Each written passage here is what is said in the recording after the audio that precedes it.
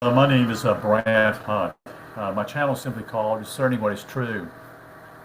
Um, I'm going to be reading again chapter 16 tonight with Psychology and Kabbalah.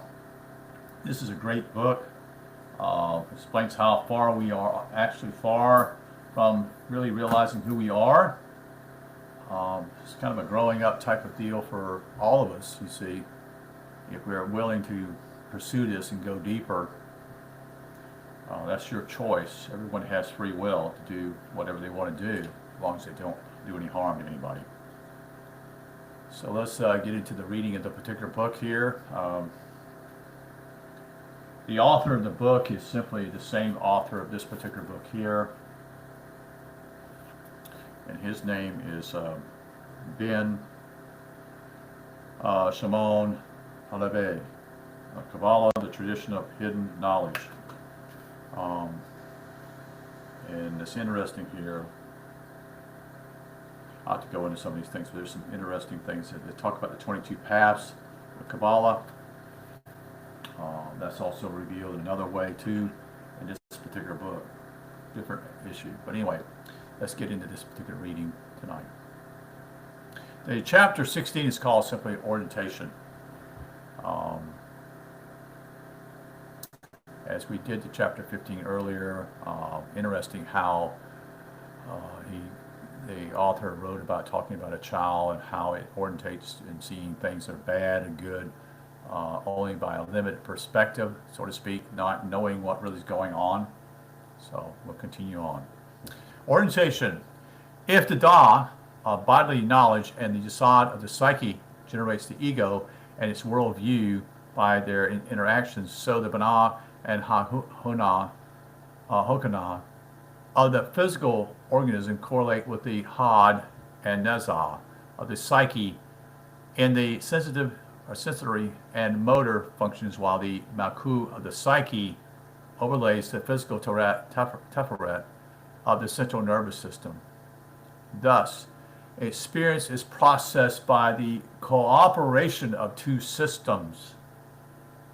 Take, for example, the eating of an apple. The teeth and tongue of the sensory organs taste the consistency and taste of the fruit after it has been seen, and often smells to check if it's right. This procedure is quite unconscious and automatic, in that having passed through the malkut of the sense organs, it is then worked upon by the body interior mechanisms to reduce it to a pulp that can be absorbed. These are the instinctive or subconscious operations of the nefesh, or vital intelligence that takes care of the body. But should a worm be discovered by the tongue, then quite a reaction is precipitated. Suddenly, an image arises in the mind, and all the association with worms comes into ego awareness. You see, a shift in level from autonomic to the central nervous system occurs, and that portion of the apple with its inhabitants are ejected in a blend of body reactions and ego consciousness. In an infant, such as an event would not occur because a child has no association with worms.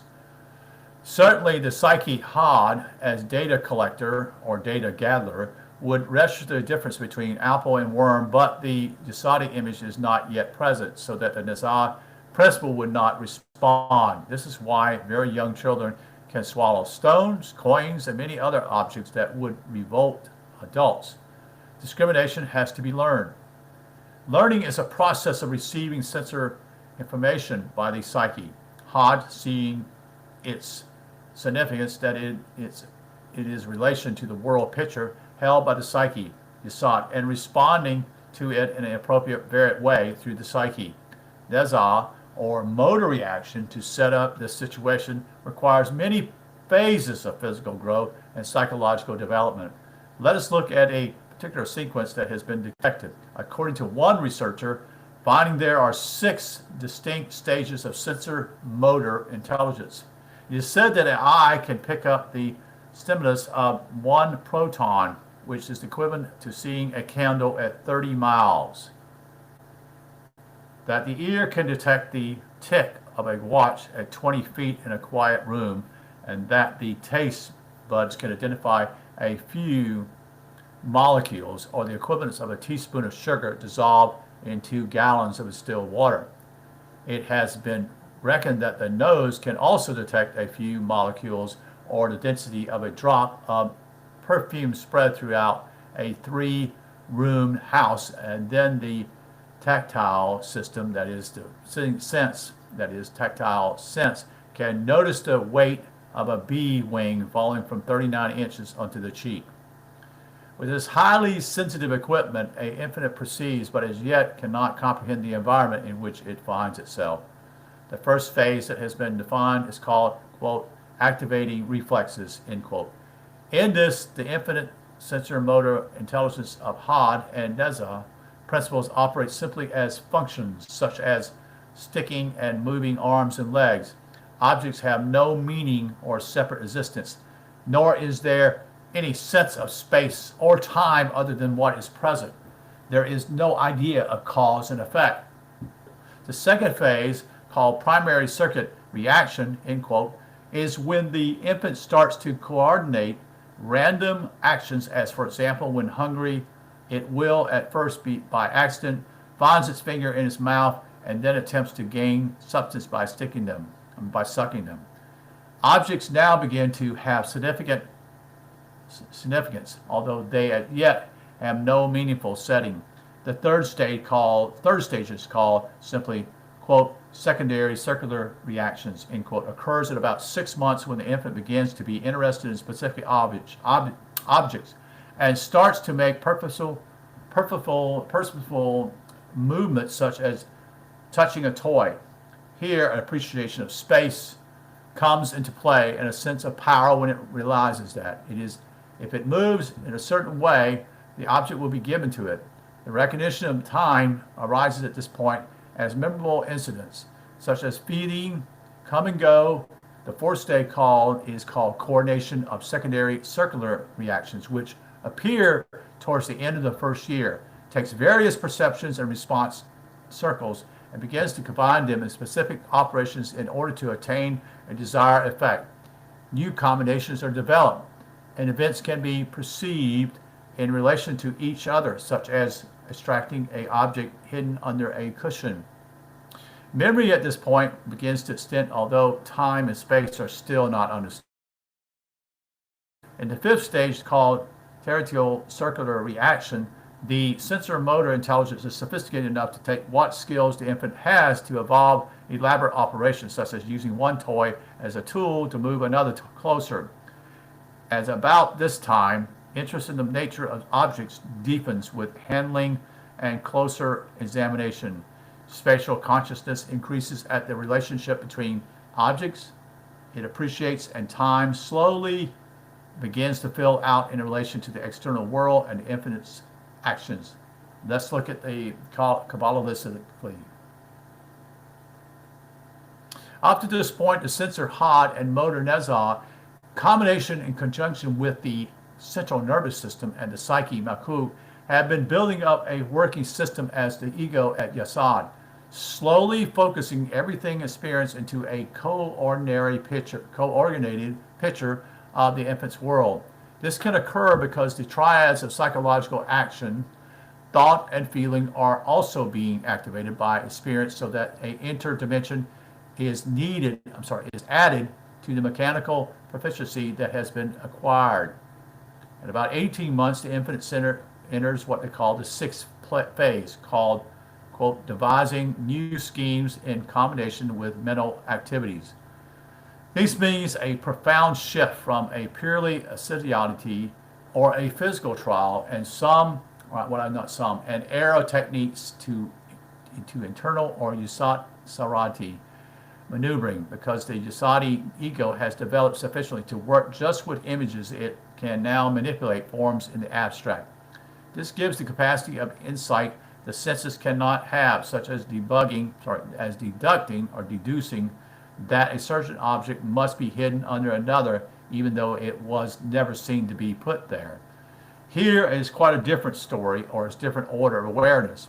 The capability of thinking things through in Yesod is to appreciate what may not be physically visible. This requires the skill to identify cause and effect and the ability to recall past events and relate them to the future. Here's where the human being begins to go beyond the sensor motor intelligence level that all the higher animals have, although the more mechanical development psychologically would not agree with this because they only perceive this in the world of Isaiah. Some researchers, for example, hold the view that a child learns by conditioning, that it is responds to a stimulus, and if this is repeated often enough, then a pattern is established. It is, they argue, a question of conditioning natural reflexes. This is taken further in that as the child grows up in the surroundings, so his temperament, created by the genetic makeup, is conditioned to become this or that type of person. In opposition to the behaviorist view is what is called nativism, which says that the infants have all the knowledge they need inherited and that the only has to be activated by experience. Some inborn knowledge is observed in children everywhere. The reality of the matter lies between these two viewpoints, and many child psychologists combine elements from both in what is sometimes called a cognitive structure. Figure 23 in the book simply says, here the inner and upper realms of the mind are set out in white. They occur, or they carry, and only current memories and experiences, but also those belonging to previous lives, which are dimly remembered. Also stored here are prenatal emotions now being mixed with present ones. These might create an optimistic or a pessimistic outlook, or a tendency to be attracted to or repelled by certain circumstances and people they encounter. Old souls with previous connections in other lives may appear to be very familiar upon first meeting. The unconscious is the storehouse of such things.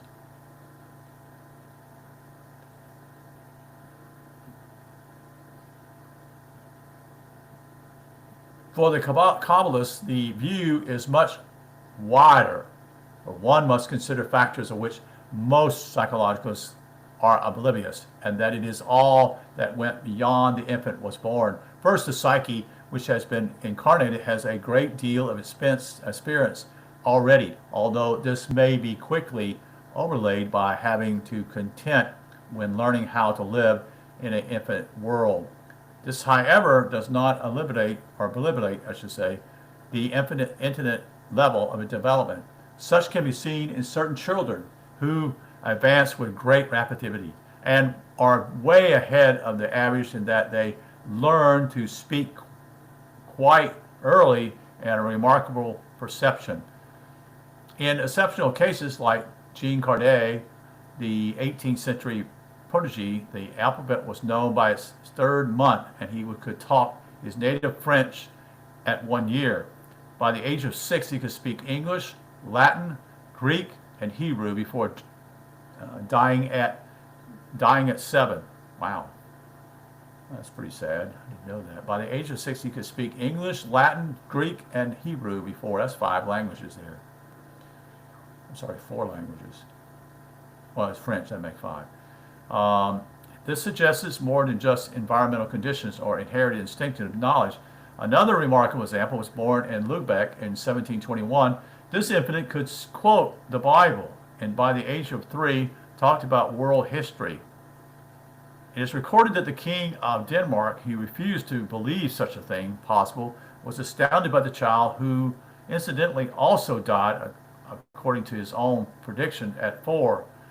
While such cases are extremes, there are still many remarkable gifted children like Mozart, who played and composed music at the age of 4.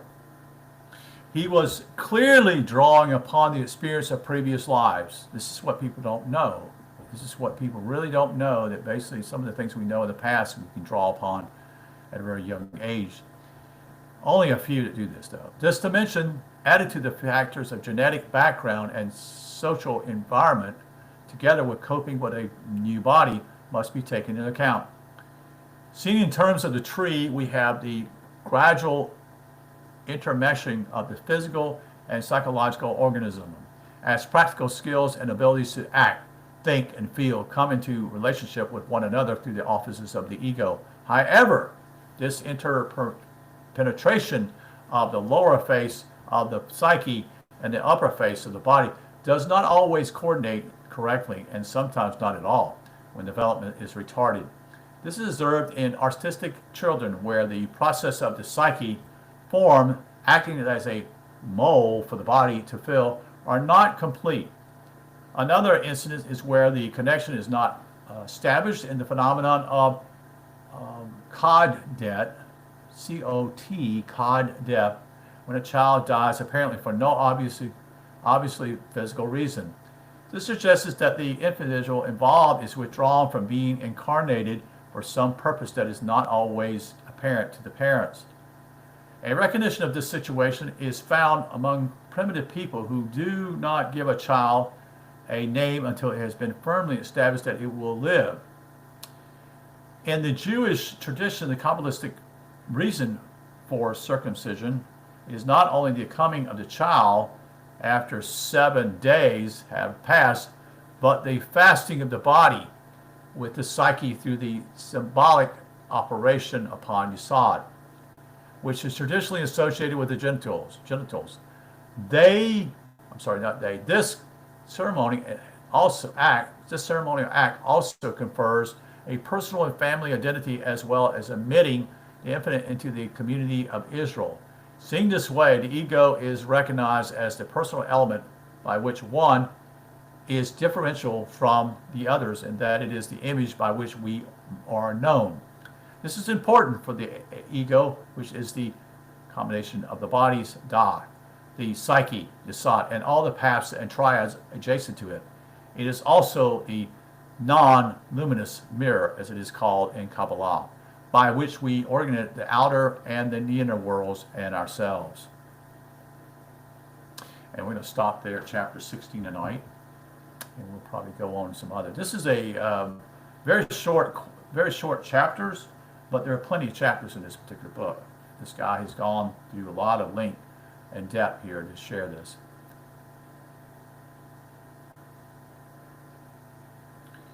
Okay, we're going to end it right now.